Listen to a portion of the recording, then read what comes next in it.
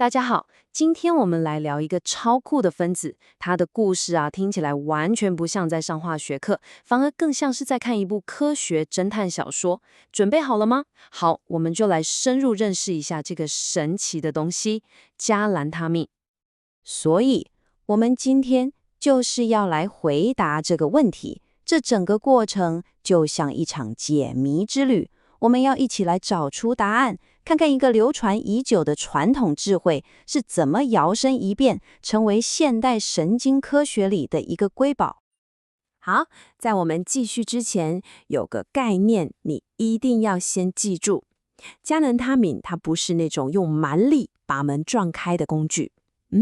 你把它想象成一把非常精密的智能钥匙。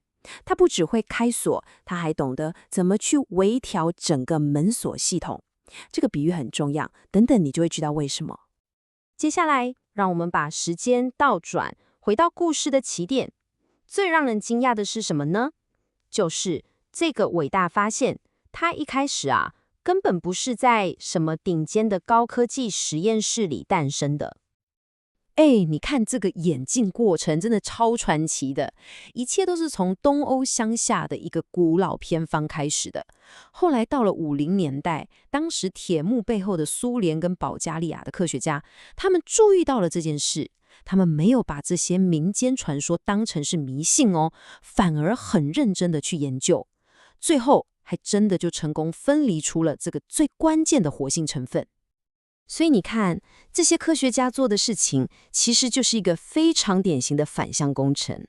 他们先看到了一个有效的结果，就是雪花莲这个疗法，然后呢，像侦探一样，一步一步往回推，最后真的就破解了这个传统智慧背后的科学密码。好，了解了它的历史之后，我们现在要从哪里来转到它是什么？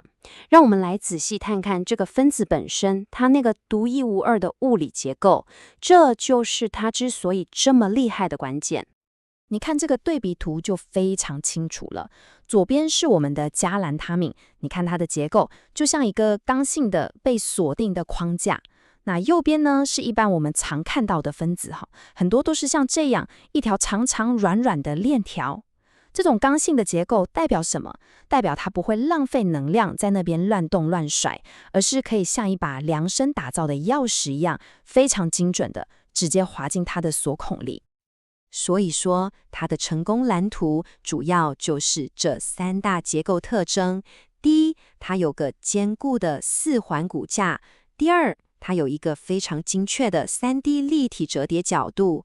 再来，第3点也超重要的，就是它有着完美的亲水亲脂平衡，这让它不只可以顺利抵达大脑这个目的地，还能精准地完成任务。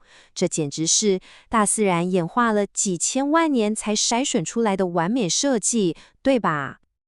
好的，各位，故事的高潮来了。我们已经知道这把智能钥匙长什么样子了。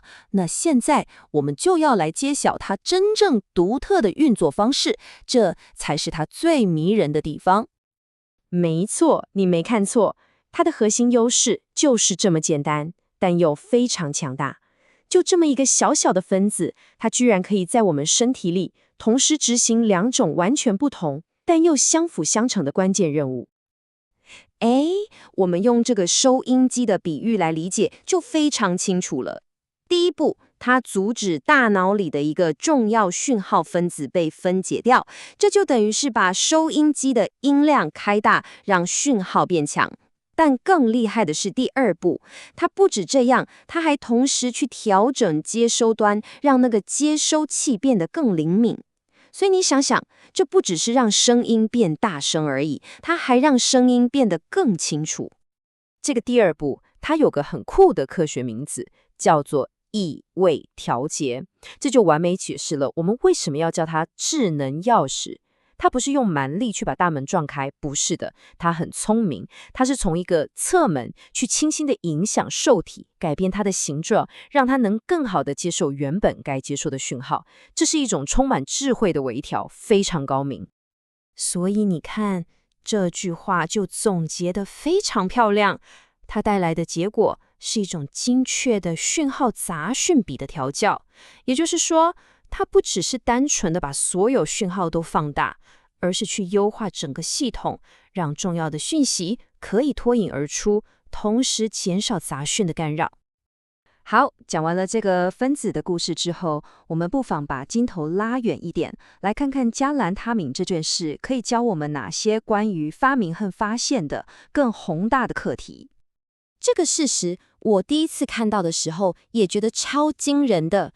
植物演化出加兰他敏，它最原始的目的其实是为了保护自己，用来毒杀昆虫的杀虫剂。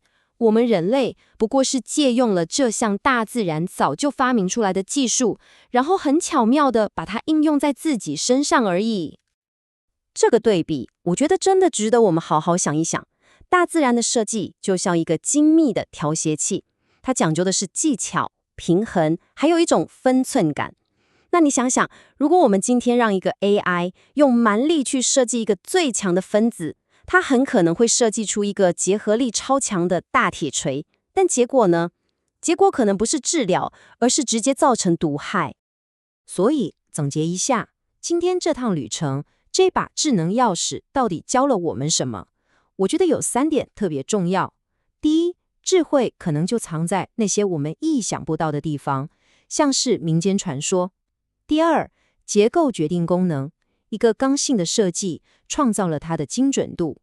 第三，真正的创新往往不是粗暴的去阻断什么，而是像加兰他敏这样进行一种充满智慧的双向的调校。